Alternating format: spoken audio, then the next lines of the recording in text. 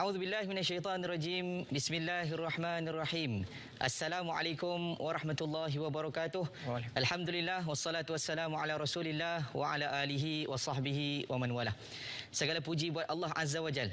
Selawat dan salam buat junjungan mulia kita Nabi Muhammad sallallahu alaihi wasallam, seluruh ahli keluarga, sahabat dan tabi'in semua. Seterusnya kita doakan mudah-mudahan kita bakal menjadi legasi Rasulullah sallallahu alaihi wasallam dalam mendaulatkan kalimah la ilaha illallah Muhammadur Rasulullah di muka bumi. Terima kasih tuan-tuan dan puan-puan penonton setia kami dalam Forum Perdana Ehwal Islam. Kita bersiaran pada malam ini langsung dari studio Yusof, Kompleks Islam Putrajaya, dan forum perdana malam ini dianjurkan oleh Jaringan Pendidikan Kewangan atau Financial Education Network FEN dengan kerjasama JAKIM dan RTM. Dan kita ucapkan terima kasih kepada penaja utama kita iaitu Bank Islam Malaysia Berhad. Saya Ustaz Nabil Ahmad tidak kesorangan, sudah pasti ada teman dan jejaka yang cukup handsome di sebelah saya. Handsome macam mana tu? Kena isytihar tu. Lebih tinggi. Allahu Akbar. Orang kata dark tall. Okey, stop. Kang kena belanja lain Kang. Okey, saya Izzah Ramli. Terima kasih Ustaz Nabil Sama. Dah pergi Langkawi kan? Alhamdulillah. Kita doakan mudah-mudahan dipermudahkan. InsyaAllah. Dan tentu sekali penganjuran Forum Perdana Islam pada malam ini bersempena dengan Bulan Literasi Keuangan pada Oktober tahun 2021. Jadi pada malam ini kita nak bincang tentang keuangan lah kan? Ya. Duit kita cari, beras kita beli. Apa yang kita nak cari, apa yang kita nak beli, beras jenis apa? Kita saksikan. Baik, tuan-tuan perempuan yang dirahmati Allah sekalian. Bigisan kita, duit kita cari, beras kita beli. Itulah tajuk dan topik yang akan kita kupas dalam Forum Perdana Ehwal Islam pada malam ini. Dan tuan-tuan dan puan sudah bersedia di kedudukan yang baik. Dan pastinya kita tidak mahu mencari kesalahan, bahkan kita tidak mahu timbulkan pergaduhan. Bukan kerana siapa yang beli beras, tetapi apa yang kita nak lihat, bagaimana kewangan kita urus dengan terbaik sekali. Tuan-tuan dan puan yang dirahmati Allah sekalian, pada malam ini kita mengundang dua orang tetamu. Dan salah seorang tetamunya bersama dengan kita dengan melalui aplikasi Google Meet, iaitu Fadil Datuk Muhammad Kazim Ilyas. Assalamualaikum Datuk. Waalaikumsalam warahmatullahi wabarakatuh. Apa khabar Datuk, sihat? Alhamdulillah khair, syukur. Masya-Allah, jauh nun di negeri Perak sana tu. Alhamdulillah dapat juga bertemu. Masya-Allah, rindu dapat dilepaskan dengan rasa bila lihat wajah Datuk daripada kejauhan. Rasa dekat Datuk. Nak kena nyanyi ke? Sila Datuk, sila. Bukan lima.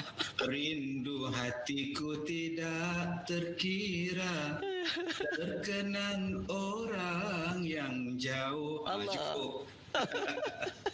Terima kasih Datuk kerana sudi bersama dengan kita pada malam ini. Alhamdulillah, itulah panel kita yang pertama, dan kita bersama dengan panel kita yang kedua, itu Fadil Ustaz Nazri Cik yang merupakan ketua pengurus besar Hubungan Strategik Bank Islam Malaysia Berhad. Assalamualaikum Ustaz. Waalaikumsalam. Apa khabar? Baik, Alhamdulillah. Terima kasih Ustaz sudi datang ke studio kita. Terima kasih. Selamat menyambut Bulan Literasi Kewangan. Mudah-mudahan insya-Allah kita nak sampaikan maksud dan memberikan nilai maklumat kepada semua masyarakat kita insya-Allah. Sama-sama kita. Baik, terima kasih Ustaz.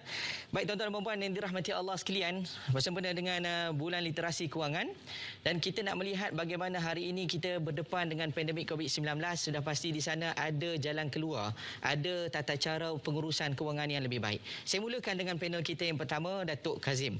Datuk, melihat dari sudut pandemik COVID-19 yang melanda negara kita secara khusus dan umumnya satu dunia, kita lihat bahawa banyak pengajaran yang boleh diambil. Antaranya ialah ramai di kalangan kita telah mula berjimat cermat. Bahkan dilihat juga semakin ramai cuba cakna dari sudut pengurusan kewangan. Pada pandangan Datuk sendiri, apa yang perlu kita ambil pengajaran ini untuk dijadikan sebagai sempadan di masa akan datang? Silakan Datuk. Assalamualaikum warahmatullahi wabarakatuh. Bismillahirrahmanirrahim. Alhamdulillahi rabbil alamin, wassalatu wassalamu ala Rasulillah wa ala alihi wa ashabihi ajma'in. Terima kasih pada Ustaz Nabil yang saya muliakan, Ustaz Muhammad Nazri, seterusnya penonton-penonton Forum Perdana. InsyaAllah mudah-mudahan kita dirahmati oleh Allah Subhanahu wa taala. Kalau kita lihat di dalam sejarah dunia, kita telah pun mendengar tentang Spanish flu, black plague, smallpox, dan kita lihat COVID-19 sekarang ini. Begitu juga dalam wabak ataupun dalam musibah yang lebih besar, ya, yang kuat, yang melanda bumi, yang melanda dunia.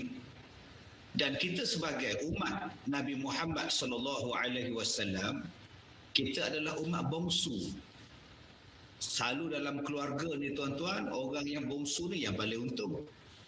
Sebab dia belajar daripada yang sulung, dia belajar pada yang nombor dua, dia belajar daripada alang, dia belajar daripada maktam dia, barulah sampai pada dia masuk. Jadi kita dia adalah umat yang bongsu, umat yang terakhir. Dan apa yang telah berlaku kepada umat-umat yang terdahulu telah diajar, telah diberitahu oleh Allah Subhanahu wa taala di dalam Al-Quran dan juga melalui lisan Nabi Muhammad sallallahu alaihi wasallam. Jadi kalau kita sebagai umat yang terakhir ini melihat dan merujuk kepada apa yang telah berlaku kepada umat-umat yang terdahulu, insya-Allah kalau ada musibah wabak yang berlaku kepada kita, kita boleh bersiap sedia menghadapinya. Kita ada jalan penyelesaian untuk menyelesaikan ujian-ujian yang sampai kepada kita.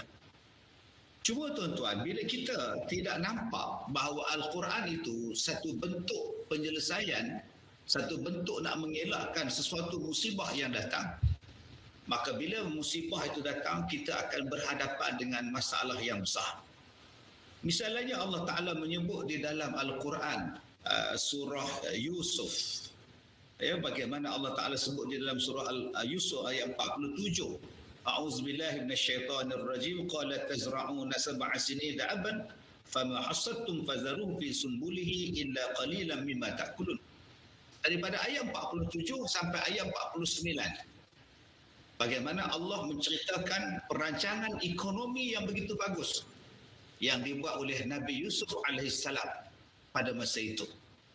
Bagaimana adanya simpanan, bagaimana bekerja selama 7 tahun, simpan makanan, simpan semua benda, belanja sikit saja untuk berhadapan dengan situasi yang tak menentu yang akan datang. Betul. Dan apabila situasi yang tak menentu itu datang, mereka boleh keluar daripadanya dengan begitu baik sekali. Jadi tuan-tuan, pandemik COVID ini mengajar kepada kita ialah tolong berhati-hati, tolong berjaga-jaga di dalam perbelanjaan. Mungkin sekarang kita berada dalam suasana yang agak mencabar. InsyaAllah kita yakin kita boleh keluar dengan kerjasama, dengan kekuatan, dengan azam. Kita boleh keluar daripada masalah ini, insya-Allah. Alhamdulillah. Kita belajar. Masya-Allah. Terima kasih Datuk, mukadimah yang cukup baik. Melihat tentang ibrah daripada kisah Nabi Allah Yusuf. Dan sudah pasti di sana banyak lagi kisah-kisah lain yang mungkin kalau kita korek, kita cari, kita gali, sudah pasti banyak pengajaran-pengajaran yang boleh kita ambil. Datuk Kazim mulakan dengan kisah ini untuk memberikan satu minda positif kepada kita, melihat bagaimana perlunya kita merancang kewangan ini dengan baik. Ustaz Nazri, saya nak menyebut tentang hal yang sama bila Datuk Kazim berikan ia sebagai satu buah mula, kita katakan dalam hidup ini. Tetapi manusia itu, kita lihat bahawa pengajaran ialah manusia akan belajar daripada kesilapan. Dan dia akan melihat kekurangan itu sebagai momentum untuk diubah mencari satu kelebihan dan kekuatan. Tetapi dalam masa yang sama, kita lihat segelintir di kalangan kita kadang-kadang ambil tak endah sahaja tentang isu ni. Mungkin bila Datuk Kazim mulakan dengan kisah Nabi Allah Yusuf, Ustaz, kita nak minta lagi di antara ibrah cerita yang ada di zaman dahulu tentang penjanaan ekonomi keluarga, peribadi, bahkan kita nak lihat perancangan dari sudut bagaimana nak menyelamatkan rumah tangga daripada dalam keadaan kesulitan kita berdepan dengan pandemik COVID-19 ini. Bismillahirrahmanirrahim. Alhamdulillah wassalatu wassalamu ala Rasulillah wa ala alihi wa sahbihi wa man nasarahu wa wala. Ustaz Nabil, Ustaz Rizal, Datuk Kazim yang memberman kita dari kejauhan pada hari ini, seterusnya para penonton Forum Perdana Islam sekalian. Pertama sekali saya mengucapkan selamat menyambut bulan literasi kewangan, dan untuk menjawab soalan Ustaz Nabil tadi, saya ingat saya nak sambung sikitlah Datuk Kazim tadi. Kenapa Datuk Kazim petik surah Yusuf? Kerana itulah satu cerita yang agung yang patut kita bedah. Dalam masa beberapa minit tadi mungkin boleh dibedah lagi oleh saya untuk menyambung apa yang disebut oleh Datuk Kazim tadi. Kita patut belajar dan sekarang ini bila mana telah berlaku COVID-19 yang bermula sebagai satu krisis kesihatan dan berkembang menjadi satu krisis ekonomi, lebih banyak yang kita boleh belajar. Belajar dulu mungkin waktu senang, sekarang belajar setelah kita susah, dan inilah yang namanya muhasabah. Dan ketika muhasabah inilah pergi gali balik, dan kisah seperti kisah Yusuf AS tadi itu adalah satu perkara yang amat patut untuk kita gali dan kita ambil pengajaran bagaimana Quran menyebutkan tentangnya. Datuk memulakan tadi dengan menyebut apa yang Nabi Yusuf tafsir dalam penjara semasa beliau di penjara, dan kemudian rakannya datang memberitahu 7 ekor lembu kurus memakan 7 ekor lembu gemuk. Itu yang ada dalam mimpi raja tersebut.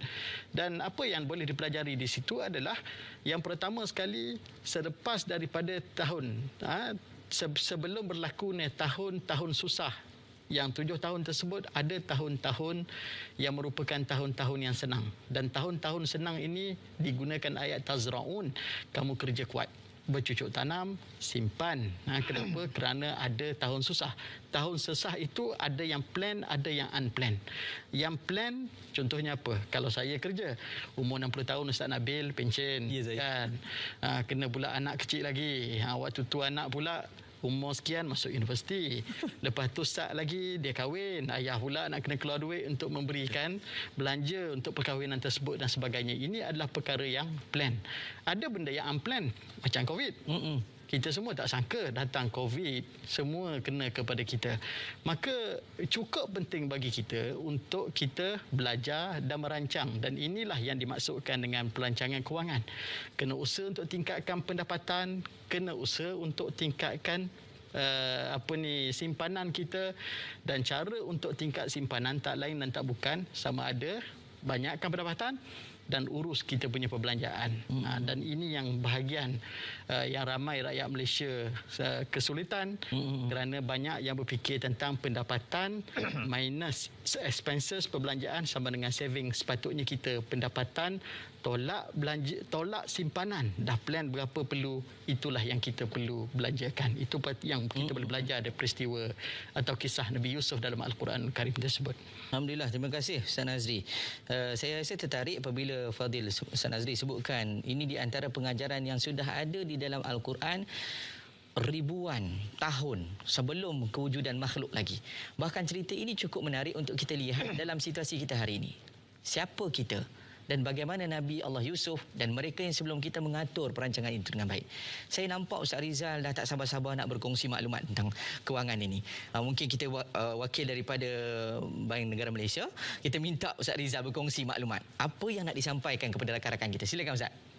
Baik, terima kasih Ustaz Nabil dan bersama ahli panel yang telah membuka perbincangan pada malam ini yang sangat menarik, yang memberi impak kepada kita bagaimanakah sebenarnya kita perlu mengurus kewangan dengan baik. Tambahan pula Ustaz Nabil, pada ketika ini kita masih lagi berada pada fasa COVID-19. Saya ingin menarik perhatian penonton di rumah ya, sebab sepanjang COVID-19 yang melanda negara kita, ya, banyak perkara-perkara yang bersifat pembelian secara dalam talian telah dilaksanakan. Maka bila benda itu berlaku, ia secara tidak langsung mengundang tentang scam. Jadi saya nak bawa tentang isu scam pada malam ini kerana statistik menunjukkan banyak ataupun ramai dalam kalangan rakyat kita yang telah terjebak ataupun terkena dengan penipuan scam. Baik, pertamanya ingin saya kongsikan bahawa ada 5 modus operandi scammer yang sangat popular ya, iaitu yang pertama ialah panggilan telefon. Ustaz Nabil pernah dapat tak panggilan telefon scammer? Lalu berapa rugi? 10,000, 20,000? Ya. Yang kedua, love scam. Ini lagilah bahaya ya. Orang kita sangat mudah terpedaya dengan love scam ini ya. Yang ketiga, penipuan black money. Yang keempat, penipuan guna parcel, dan yang kelima, penipuan SMS cabutan bertuah. Ini antara 5 modus operandi scammer yang sangat popular. Seterusnya, saya nak kongsikan antara dapatan penipuan dalam scammer yang berlaku pada ketika inilah yang saya dapat maklumat yang terkini, iaitu penipuan penjualan kereta dalam talian pun berlaku. Ini data pada tahun 2021, Januari hingga Mei, sebanyak 461 kes yang bersamaan dengan nilainya 5.42 juta kerugian. Yang seterusnya contoh, ini penipuan jual minyak Prekatoria. Ini tentang COVID juga ini, ya. Sebab itulah kita dinasihatkan untuk berhati-hati. Baik, seterusnya. Kita dilaporkan oleh Bank Negara Malaysia sebanyak 38 juta 38 juta wang yang telah lesap akibat penipuan melalui telefon setakat 24 Mac 2021 yang merangkumi penipuan TAC. Kadang-kadang kita terlupa bahawa TAC itu kita kongsi kepada pihak-pihak yang tidak bertanggungjawab. Juga, ya, antara bulan Januari hingga Jun tahun ini terdapat 814 kes penipuan Makau dengan jumlah kerugian sebanyak 33.3 juta ringgit. Sangat banyak, tuan-tuan.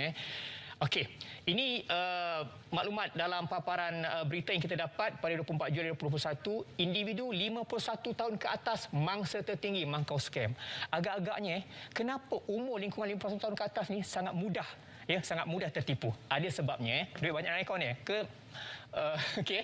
Yang seterusnya, ini sangat kita merisaukan. 108,820 akaun keldai direkod sejak 2018. Scammer juga. Baik, perkara penting yang saya nak kongsikan tuan-tuan dan puan, kebanyakan mereka ini tak sedar pun, ya, mereka telah dilanda, diancam oleh scammer. Tahu-tahu mereka terus pergi ke bank ataupun sebagainya untuk buat transaksi keuangan. Tengok, lesap 8,000, tak tahu macam mana. Tiba-tiba sekelip mata je berubah. Seterusnya, Sarah ditipu. Nasihat bukan Rizal ditipu. Sarah ditipu, tidak kena-mengena dengan sesiapa pun. Dipukau, serah duit. Baik, apa yang saya cuba nak persoalkan Ustaz Nabil kepada ahli panel, mungkin saya nak minta Datuk Kazim lah. Ya. Mangsa ni begitu mudah ditipu, kan? Ya. Tiba-tiba dia rasa tiba-tiba dah kena ke bank, tiba-tiba duit dah lesap. Adakah terdapat keberangkalian penggunaan sihir ataupun pukau kepada mereka-mereka ni, dan bagaimana cara untuk kita elakkan supaya tidak tertipu hal-hal scammer ini? Jadi kita akan kita break dulu, ya. Kita bagi peluang untuk Datuk Kazim untuk meneliti. Kita akan jumpa selepas ini.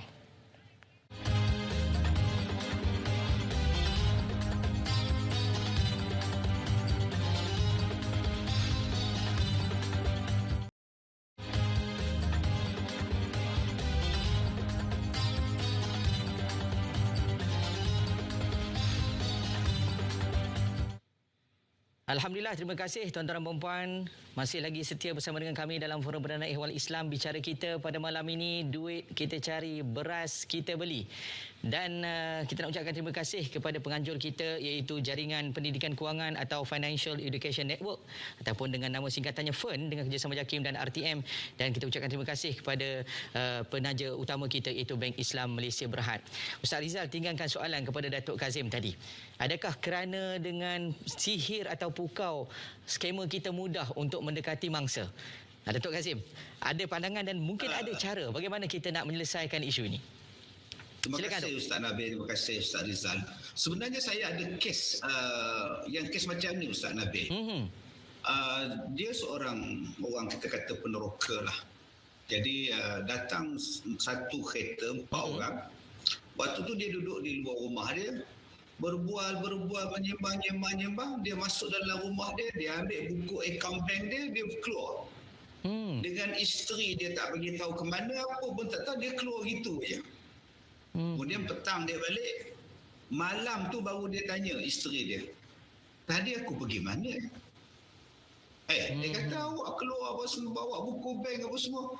Dia kerugian hampir 100k dalam kes ini. Ini cerita lama dulu lah. Menunjukkan bahawa adanya unsur-unsur yang kita tak dapat nafikan bahawa adanya unsur sihir dalam perkara ini. Tidak mana ada orang tiba-tiba boleh senang-senang bagi berpuluh ribu, ratusan ribu, begitu-gitu senang keluar duit. Melainkan ada benda lain yang menghilangkan ingatan dia. Dan kita kena ingat bahawa sihir itu memang sahih ada.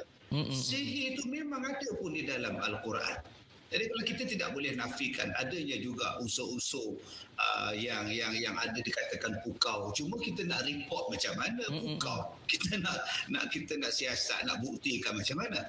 Cuma saya beri pesan kepada tuan-tuan, abang-abang, kakak tadi dia Ustaz Rizal sebut yang umur 51 tahun ke atas.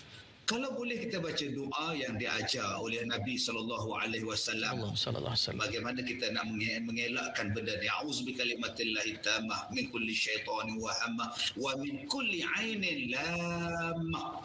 Ini ada sihir mata yang disebutkan dalam doa yang diajar oleh Nabi. Termasuklah pada akak-akak, pada abang-abang yang kerja di kaunter, sama ada kaunter bank dan sebagainya. Kadang-kadang sihir itu boleh berlaku dari pandangan mata. Dengan pandangan mata pelanggan yang konon-konon dia nak tukar duit lah, nak bagi duit koyak lah, apalah. Di situ kita menyerahkan wang tanpa kita sedar. Bila dia dah keluar, baru kita sedar, ke mana duit aku dah pergi tadi.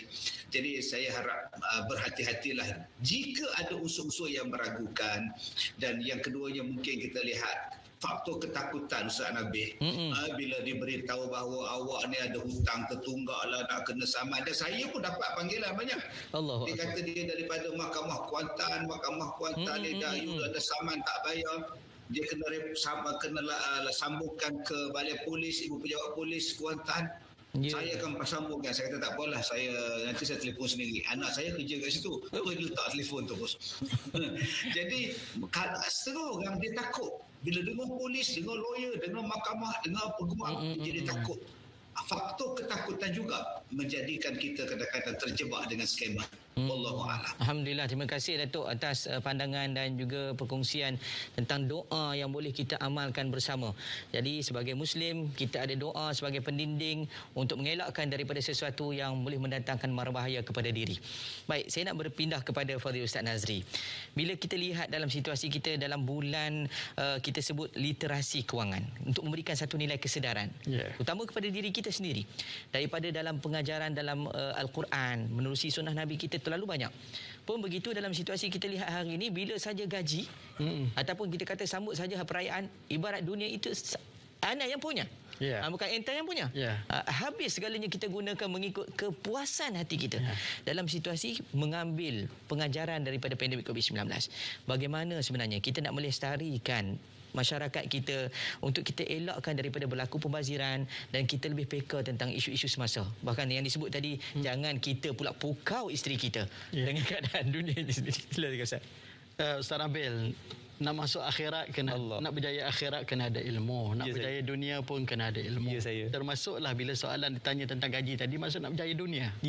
Jadi apa ilmu yang kita perlu ada? Tadi dah disebut, memang kita patut usaha untuk jadi kaya, tapi jangan sampai tertipu macam scam. Betul. Jadi antara ilmu yang boleh diambil di sini, walaupun mungkin ada yang menawarkan bulan dan bintang, untungnya banyak dan sebagainya, termasuk menggunakan muka-muka ramai orang. Muka saya pun ada, Nabil, ditempel dan kemudian ada keuntungan sekian dikatakan. Allahu Akbar. Pergilah cari, antara tempat yang boleh cari adalah di Facebook yang namanya adalah amaran scam. Nama pelik-pelik ni pergi cari, kalau ada nama tersebut maka itu adalah scam. Jangan jadi tipah tertipu, nanti merana dunia ini. Yang keduanya Ustaz Nabil, maka perlulah kita berusaha untuk mencari pendapatan. Ini ramai orang marah ni, kan, nak suruh kerja, susah kerja. Kita kena buka minda, banyak peluang di luar sana. Kalaulah pilot yang kehilangan pekerjaan pun boleh buka gerai untuk buka misup di Subang Jaya, kenapa kita yang bukan pilot boleh tidak mengusahakan lebih daripada itu? Ada teman saya yang membuat bisnes ekspor keropok lekor daripada Terengganu ke Kuala Lumpur, banyak keuntungannya. Dan begitu juga ada yang buat bisnes babysitter, ada yang membuat bisnes confinement lady dan sebagainya. Ini semua keperluan yang ada pada ketika ini. Yang penting kita kena lihat usaha untuk memberi yang halal kepada keluarga kita ni jihad. Jangan nampak nak dapat duit saja. Ini perintah mujahadah yang Allah Subhanahu Wa Taala perintahkan kepada kita lakukan dan memberikan pahala kepada kita. Yang kedua, dah dapat pendapatan, ilmu yang seterusnya ialah hiduplah secara sederhana. Nabi menyebut dalam hadis khairul umur awsatuha. Sebaik-baik perkara itu adalah yang pertengahan, yang sederhana. Hendaklah kita hidup untuk sara hidup, bukan gaya hidup. Ramai yang buat benchmark tanda aras, nampak orang handphone baru, dia pun nak handphone baru, tetapi dia tidak ukur baju di badan sendiri. Berhutang boleh. Saya kerja bank, memang bank bagi hutang, tapi bukan bank nak suruh orang bankrupt. Bank bagi hutang supaya orang yang mengambil hutang tersebut melakukan perkara-perkara yang produktif. Kita doa selepas salat, wa na'udzubika min ghalabatid dain.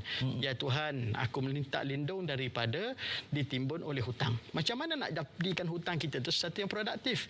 Lakukan hutang kalau nak buka kedai produktif. Tetapi kalau mengambil hutang itu tujuannya untuk membeli sesuatu yang sehakikatnya kita tidak perlukan, itu tidak produktif. Dan itulah yang kemungkinannya membawa kepada kesulitan apabila datang hari-hari seperti COVID-19. Moratorium baru ni kan Ustaz Nabil kan? Ya, saya. Hingar-bingar satu Malaysia kan. Saya pun orang rujuk sebab kerja di bank. Moratorium diberikan supaya orang yang susah ada kecairan, ada duit lebih, ada cash flow.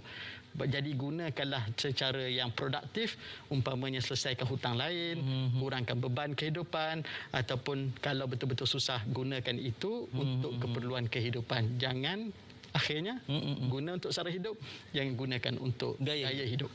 Terima kasih Ustaz.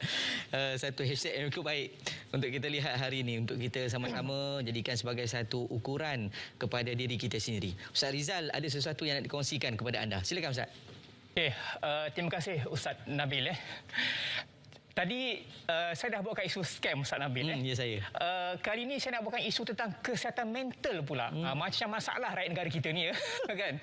Baik, tuan-tuan puan-puan kesihatan mental rakyat makin membimbangkan. Ini laporan 24 Jun 2021 baru saja ya. Apakah faktor-faktor yang menyebabkan kesihatan mental rakyat kita terganggu? Antaranya ialah masalah krisis keuangan, tiada pekerjaan, tekanan pekerjaan, masalah keluarga dan persekitaran. Baik, seterusnya, akhbar juga melaporkan tuan-tuan, bapa bunuh anak, gantung diri dipercayai kerana hutang. Ya, itu tadi pasal hutang pula. Yang seterusnya, masalah keuangan juga. Masalah keuangan, punca anggota tentera gantung diri. Tuan-tuan puan-puan bunuh anak, gantung diri. Mungkin mereka yang tak alami mereka anggap biasa. Tapi bila dipaparkan begini, apakah ini realiti masyarakat kita? Ya, ini yang perlu kita persoalkan, yang perlu kita renungkan. 266 kes bunuh diri sejak PKP dilaksanakan. Baik, dan yang paling tinggi Ustaz Nabil, 25% disebabkan beban hutang. Ya, semua berkaitan dengan keuangan. Ya, kita bincang keuangan pada malam ini. Inilah persoalan yang saya ingin bangkitkan kepada penonton juga kepada ahli panel. Mungkin Ustaz Nazri boleh respon. Masalah keuangan dan beban hutang di luar kawalan antara penyebab kes bunuh diri. Ya, jadi apakah yang perlu dilakukan oleh mereka-mereka ini supaya mereka tak memilih jalan yang salah? Ya, mereka tak memilih jalan yang tak diredai itu, bunuh diri itu yang tak baik-baik. Jadi dan juga apakah bentuk Ustaz Nabil sokongan-sokongan yang perlu kita berikan kepada mereka-mereka yang terjejas ini? Itu saja persoalannya Ustaz. Baik. Terima kasih Ustaz Rizal. Ustaz Nazri mungkin ada sedikit komen.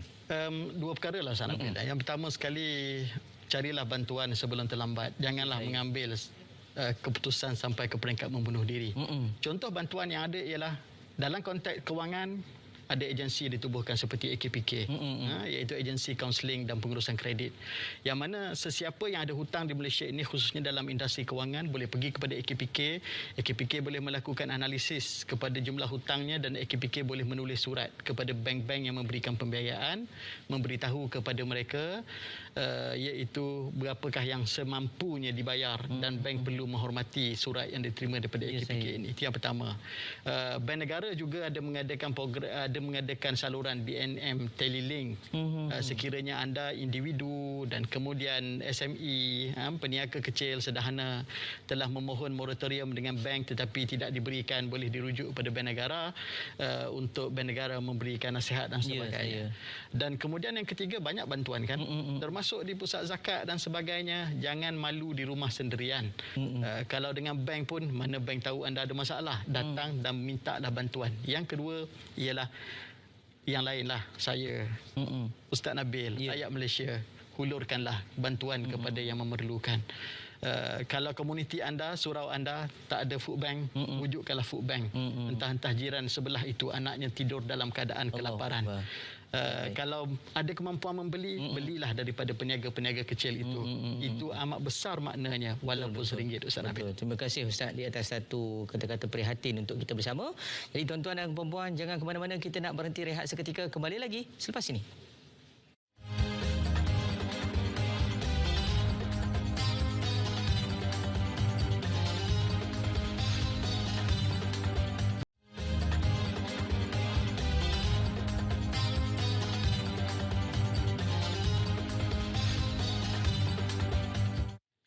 Alhamdulillah, kembali dalam forum Perdana Ehwal Islam yang kami bawakan dari studio utama Yusof Kompleks Islam Putrajaya pada malam ini, yang dibawakan di bawah penganjuran Jaringan Pendidikan Kewangan atau Financial Education Network FEN dengan kerjasama JAKIM dan RTM. Dan kita ucap terima kasih kepada Bank Islam Malaysia Berhad selaku penaja utama. Tuan-tuan dan puan yang dirahmati Allah sekalian, duit kita cari, beras kita beli.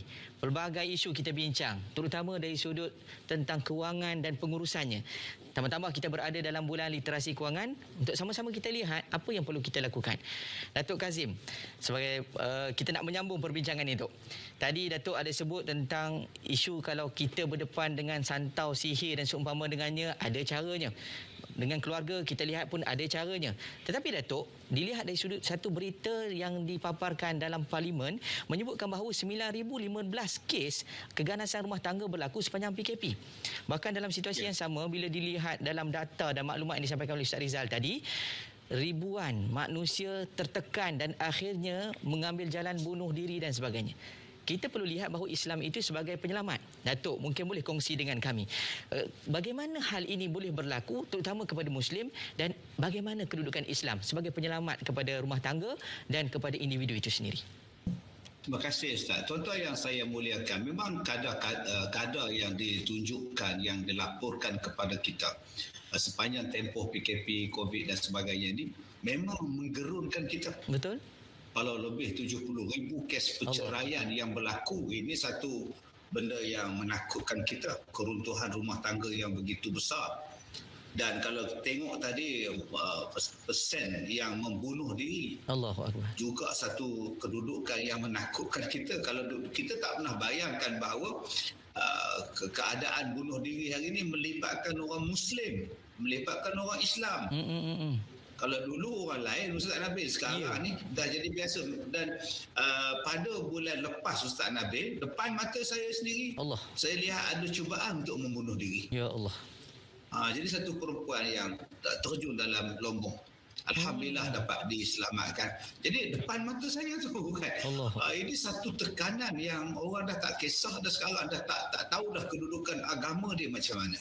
Cuma yang pertama saya tertarik dengan apa yang Ustaz Nazri sebutkan tadi tentang masalah pendapatan. Perkara yang perlu awak buat yang pertama ialah tolak simpanan dahulu, kemudian baru awak belanja untuk benda-benda lain. Baik, saya nak bercakap dalam suasana COVID kita sekarang ini. Ada dua keadaan. Satu, yang orang yang memang dah dapat pendapatan tetap dia, maknanya dia tak terjejas sangat sebab dia mungkin dia sektor awam, setiap bulan dia dapat gaji dia. Dan satu lagi yang memang kerja sendiri, yang kerja swasta dan sebagainya, yang nampak sangat-sangat terjejas di sini. Baik, dalam keadaan ini saya minta tuan-tuan, kita boleh melepaskan, kita boleh memberikan pelepasan pembiayaan harta kita pada benda yang tak perlu harta itu. Dulu kita tengok ada sebuah rumah boleh pakai 3 kereta, 4 kereta, sekurang-kurangnya 2 kereta, motosikal 2 buah, 3 buah. Malah ada yang beli basikal yang berharga 15-16 ribu hanya untuk dia nak berlatih, nak ambil angin saja, nak bersukan. Tetapi beban hutang yang begitu besar, yang pendapatan dia sekarang tak boleh nak membiayai benda-benda itu. Sebab itu dalam Islam sekarang kita gunakan kaedah fikih al-awlawiyat, fikih keutamaan. Manakah yang perlu kita simpan, manakah yang boleh kita lepaskan. Ada hobi-hobi, ada kegemaran kita yang memakan belanja yang besar. Dalam saat sekarang susah fikir dah. Ini hobi saya, ini kegemaran saya. Kita kena berani bercakap, minta maaf. Zaman aku dengan kau dah habis. Walaupun benda itu benda yang kita sayang, tetapi kos dia cukup tinggi dan benda itu tak sepatutnya kita habiskan pendapatan kita pada pembiayaan dia. Sebab tu kalau kita tengok kereta kita sekarang ni sampai 3 buah, isteri, suami pakai 3 buah kereta. Apa keperluan sekarang ni? Tak ada keperluan pun. Mungkin ada, seperti mana kata Ustaz tadi, ada benda yang boleh kita bincangkan dengan pihak bank. Kalau kita boleh lepas, kita boleh lepaskan. Yang keduanya, kita kena ingat bahawa berbelanjalah mengikut kemampuan. Orang Melayu dah sebut lama dah. Pakai baju ikut ukuran sendiri. Kena buatlah macam itu dalam keadaan kita sekarang. Dan yang ketiganya, kita laksanakanlah tanggungjawab yang terbaik kita pegang di dalam Al-Quran surah An-Nur ayat 32. Wa ankihul ayama minkum was-salihin min ibadikum wa imaikum in yakunu fuqara yughnihimullahu min fadli. Allah Taala kata, binalah rumah tangga yang baik insya-Allah. Kalau kamu susah, Allah akan kayakan kamu selepas itu. Baik. Wallahu a'lam. Terima kasih Datuk atas saranan dan pandangan itu untuk kita sama-sama lihat bahawa Islam bukan menindas tapi Islam menyelamatkan kita. Cuma bagaimana untuk kita faham kondisi kita sebagai Muslim untuk menggunakan jalan yang terbaik. Ustaz Nazri, bila tadi Ustaz Nazri kongsikan dengan kami berkenaan dengan kita ni sebagai manusia suka melihat apa yang orang beri. Betul. Kalau kita dilihat balik, kerajaan kita agak prihatin. Terutama dalam situasi kita berdepan dengan pandemik ini, semua kita terasa. Bukan hanya kepada orang bawahan, hatta kepada pihak atasan. Dan kita cuba menyusun. Dan kalau dilihat dari sudut bantuan kerajaan itu bermula dengan moratorium, Ustaz sebut tadi. Kemudian dengan Aisina. Dan yang terbaru ialah bantuan khas COVID, BKC. Itu situasi kerajaan ataupun pihak pemerintah membantu. Sebagai rakyat, apa yang perlu kita manfaatkan dalam situasi kita berdepan pandemik ini? Ada saranan Ustaz? Okey. Yang pertama sekali, apa yang kerajaan buat tadi untuk rakyat. Betul. Dari sudut fiscal policy-nya untuk membantu keadaan ekonomi, pergerakan ekonomi dan sebagainya. Sesiapa yang enjoy kemudahan tersebut mestilah menggunakannya dengan penuh hemat. Betul. Dan betul. Contoh saya berikan tadi, kalau kita mungkin pejabat awam tetapi tetap diberikan moratorium, gunakanlah itu untuk menyelesaikan liability kita yang lain. Jangan digunakan kepada tempat-tempat yang tidak sepatutnya.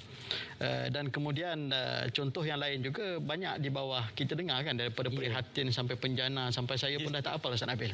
Banyak kemudahan di dalam skim-skim tersebut, termasuklah kemudahan yang disediakan oleh kerajaan di bawah Belanjawan 2021, 1 bilion yang diberikan untuk program kemahiran dan latihan semula. Mungkin kita ni sudah tidak relevan untuk ekonomi masa akan datang. Kerajaan peruntukkan 1 bilion ini di bawah banyak agensi-agensi yang mungkin kita sebagai umat Islam ini ataupun rakyat Malaysia boleh mengambil kesempatan untuk belajar balik bagaimana untuk berniaga secara di atas talian, bagaimana equip diri kita dengan ilmu-ilmu baru supaya kita lebih employable, boleh diterima oleh pasaran kerja pada masa akan datang dan sebagainya. Semuanya saya dalam penelitian saya bertauliah. Ada persejalannya yang akan menambah tidai kepada diri kita pada masa ekonomi sedang berkembang semula selepas pada ini. Dan kemudian sebagai contohlah di bank-bank sendiri pun ada tawaran di bawah prihatin dulu Bank Islam bersama-sama dengan SME Corporation, Majlis Agama Islam Wilayah Persekutuan menawarkan iTekad khusus untuk kumpulan sasar rentan yang sebelum ini tidak bankable, tetapi sekarang bila datang ke bank kita boleh membantu mereka mendapatkan pembiayaan sehingga RM50,000 pada kadar 4%, tidak ada cagaran, tidak ada penjamin, diberikan latihan pula supaya mereka boleh menempuhi ombak cabaran ekonomi yang ada sekarang. Bangkit microfinance di Bank Islam sebagai contoh yang kita berikan pada kadar zero interest, qadul hasan dengan ilmu. Dan begitu juga baru sahaja pada bulan ini 2 lagi bank iaitu Bank Muamalat dan juga CIMB Islamik turut serta menawarkan iTekad. Semua ini dilakukan untuk kumpulan sasar ini supaya mereka boleh mengambil kesempatan untuk memajukan diri selepas daripada ekonomi yang terjejah disebabkan oleh COVID-19 ini. Kesimpulannya, ambillah kesempatan, dapatkan ilmu, telitilah apakah ruang-ruang yang ada dan kemudian ambillah kesempatan supaya kita boleh sama-sama membina bukan setakat ekonomi, bukan sahaja ekonomi negara tetapi ekonomi kita peribadi dan juga pasti memberi kesan kepada keluarga secara keseluruhan. Alhamdulillah. Terima kasih Ustaz Nazri. Ini di antara satu saranan yang baik untuk kita sama-sama lihat setiap bantuan itu bukan untuk kita enjoy ataupun kita istilahkan berfoya-foya, gunakan sewenang-wenang. Sebaliknya mengambil untuk kita jana sesuatu untuk diri dan juga keluarga. Ustaz Rizal ada sesuatu nampaknya nak dikongsikan dengan kita semua. Silakan Ustaz. Baik, terima kasih Ustaz Nabil. Kita terus berkongsi maklumat kepada penonton semua. Saya nak berkongsi untuk penonton ambil maklum ya tentang kewujudan FB amaran scam. Jadi jika tuan-tuan sedang penonton nak dapatkan maklumat tentang scam ke apa yang berkaitan dan seangkatan dengannya, like-lah FB tentang amaran scam ya. Jadilah orang yang lebih bijak. Anda lebih bijak untuk mengetahui pelbagai maklumat tentang scammer. Baik, apa yang ada? Okey, ini salah satu contoh yang tuan-tuan boleh tahu. Kenali personaliti anda untuk mengelak daripada menjadi mangsa skim cepat kaya. Nak tahu mangsa-mangsa ni personalitinya bagaimana? Ini dia. Yang pertama, suka bergaul. Mesra, bertenaga, mudah didekati. Jadi bila begitu mungkin orang akan ambil kesempatan. Yang kedua, kurang teliti. Ya. Yang ketiga, cepat cemas. Dan untuk itu berhati-hatilah. Ya. Jangan cepat buat keputusan. Baik, seterusnya apa yang dapat kita lihat juga. Okay, kita tengok. Okey, jangan panik. Ini untuk nasihat tuan-tuan puan-puan. Bila dapat apa-apa perkara, jangan panik ya, berhati-hati ya. Dedahkan maklumat perbankan anda, jangan sesekali ya ataupun pindahkan wang atas arahan sesiapa pun. Baik, yang seterusnya. Baik, Ustaz Nabil. Ustaz Nabil pernah dapat WhatsApp yang bukan tak? Minta tolong ada tuan, juga, saya perlukan duit. Betul. Ada ya? Ada. Yang menyamar kawan pun ada. Ada gambar saya kan? Baik, jika tuan-tuan pernah dapat WhatsApp, mesej dari saudara atau kawan, ingat ya, semak sebelum bantu. Jangan terlampau bermurah hati, tetapi akhirnya kita yang menjadi mangsa keadaan. Baik, seterusnya, ingat, kalau tuan-tuan nak melabur ke pastikan betul ke skim ini dilesenkan oleh Bank Negara Malaysia. Semak, ada bnm.my/FCA. Boleh maklumat tuan-tuan dapat di sana. Jadi orang ramai juga dinasihatkan untuk membuat semakan di laman sesuai. Ini kalau nak buat pelaburan dan sebagainya lah. Ini semua ada dalam FB amaran scam yang ni malam ni tuan-tuan boleh tengok, boleh buka FB ni. Like dan dapatkan maklumat. Juga SMS, tolong berhati-hati, pastikan tenang dan ingat apa-apa perkara yang mungkin akan merosakkan ataupun menjejaskan kehidupan kita. Baik, saya fikir Ustaz Nabi itu saja perkongsiannya. Yang paling penting, tuan-tuan, puan-puan kena berhati-hati. Kita jangan jadi mangsa kepada scam-scam yang tak betul ini. Kita bermuhasabah seketika, kita jumpa selepas ini.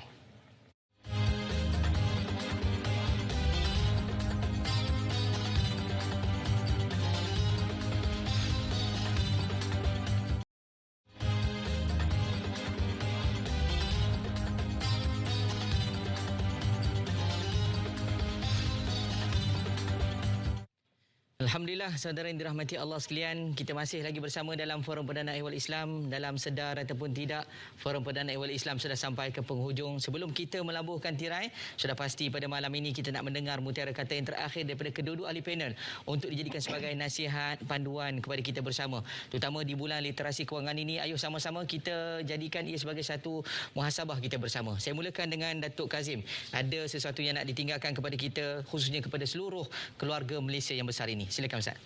Terima kasih Ustaz. Saya tengok apa yang disebut oleh Ustaz Nazri, apa yang dibaca oleh Ustaz Rizal tadi. Sebenarnya untuk membantu kita masyarakat Malaysia ni banyak jalan, banyak bidang. Dan untuk mengelakkan kita daripada di scam pun banyak jalan dia. Jadi saya merayu pada sahabat-sahabat saya di luar sana, jomlah banyakkan membaca benda-benda yang berfaedah, melayari benda-benda ini. Kadang-kadang skamer dan sebagainya ni dia tak kenal siapa. Dia siapa pun. Profesor pun boleh kena tipu. Sebab tu saya rasa sedih kadang-kadang gambar-gambar ustaz-ustazah ni. Gambar saya pun letak dalam pelaburan Islamik, pelaburan halal. Saya ada logo halal Jakim lagi tu. Walaupun kita dah nafikan palsu, kita dah report polis semua. Hari ni kita report, besok dia keluar pula skim yang lain pula. Jadi inilah yang saya minta kepada semua. Kita pandai-pandailah, rajin-rajinlah kita cari mana dia peluang, mana dia jalan yang telah disediakan oleh pihak berkuasa kita untuk menolong dan membantu kita. Dan yang keduanya saya minta kepada tuan-tuan, Al-Quran memberikan pelbagai jawapan untuk setiap masalah. Allah Ta'ala sebut di dalam surah Nuh, ayat 10, ayat 11, ayat 12. Apa kata Allah? Faqultu astaghfiru rabbakum innahu kana ghaffara. Maka aku katakan kepada mereka, mohonlah ampun kepada Tuhanmu. Sesungguhnya Allah Ta'ala itu Maha Pengampun. Dan pada ayat yang ke-12 Allah Ta'ala sebut kepada kita apa? Wa yumdidukum bi amwalin wa banin wa ja'al lakum jannatin wa ja'al lakum anhara. Allah Ta'ala akan membanyakkan harta kamu, Allah Ta'ala akan bagikan anak-anak kepada kamu dan akan mengadakan kebun-kebun kepada kamu dan mengadakan pula dalam hadnya sungai-sungai untuk kamu. Rupanya salah satu cara nak murahkan rezeki, nak keluar daripada kemeluk ekonomi, ialah bertaubat, meminta ampun kepada Allah Subhanahu Wa Taala. Mudah-mudahan kita semua dirahmati Allah. Ustaz Nabil, terima kasih Ustaz Nazri. Sama-sama. Jazakallah khair. Terima kasih Datuk atas nasihat yang cukup berguna itu. Ustaz Nazri, kita nak minta sikit khususnya kepada keluarga kita yang perlu kita jaga. Macam mana? Tajuk kita ni betul-betul tajuk keluarga Ustaz Nabil. Tajuknya duit kita cari, beras kita beli. Ini rumah kita. Ini cerita tentang rumah kita. Maka kalau kita lihat dalam Quran pun, benda sekecil kalau hubungan suami isteri nak putus susu pun, apa Quran sebut, fa in arada fisalan antara minhuma wa tashawurin. Betul. Nak putus susu yang menyusukan isteri bukan suami. Tapi isteri tak boleh buat keputusan seorang. Tanya juga suami, boleh ke nak putus susu ni? Sama juga urusan rumah tangga dalam soal kewangan ini. Ini adalah persoalan keluarga. Kalau soal celik kewangan ini selesai dalam peringkat level keluarga kita, bukan saya dengan anak saya dan isteri saya saja, tetapi memberikan ingatan kepada anak saudara, kepada adik-beradik, jangan kena scam, patut kita urus kewangan begini dan sebagainya. Jadilah keluarga yang berjaya dari sudut pengurusan kewangan. Maka ini akan memberikan kebaikan kepada masyarakat besar kalau semua keluarganya begitu. Dan akhirnya kita mula tadi, saya Datuk Kazim selari mulakan dengan cerita surah Yusuf. Hujung surah Yusuf tu adalah cerita optimis. Kita insya-Allah akan menempuhi polemik ekonomi ataupun situasi seperti sekarang. InsyaAllah langit tidak selamanya mendung. Tetapi bila mana kita datang kecerahan nanti, datanglah dalam keadaan kita berilmu, ambillah kesempatan semasa kita berada dalam kancah ekonomi seperti ini untuk meningkatkan ilmu, jadilah yang lebih celik, janganlah mudah di-scam, dan uruskanlah kewangan kita dengan baik, kerana kewangan yang baik insya-Allah akan membawa kepada kebaikan, bahkan menjadikan seorang Muslim yang lebih baik pun insya-Allah. Betul. Zakat pun lebih banyak boleh dibayar. Kerana apa? Kerana bijaknya kita dalam pengurusan kewangan. Masya-Allah. Terima kasih Ustaz Nabil. Baik, sama-sama. Begitu juga kita ucapkan terima kasih pada Fadil Ustaz Nazri dan Datuk Kazim yang berkongsi dengan kita banyak perkara-perkara yang boleh kita ambil di antara sempadan dan panduan terutama dalam pengurusan kewangan. Tuan-tuan dan puan yang dirahmati Allah sekalian, saya nak bawakan satu kesimpulan berdasarkan satu hadis Nabi SAW.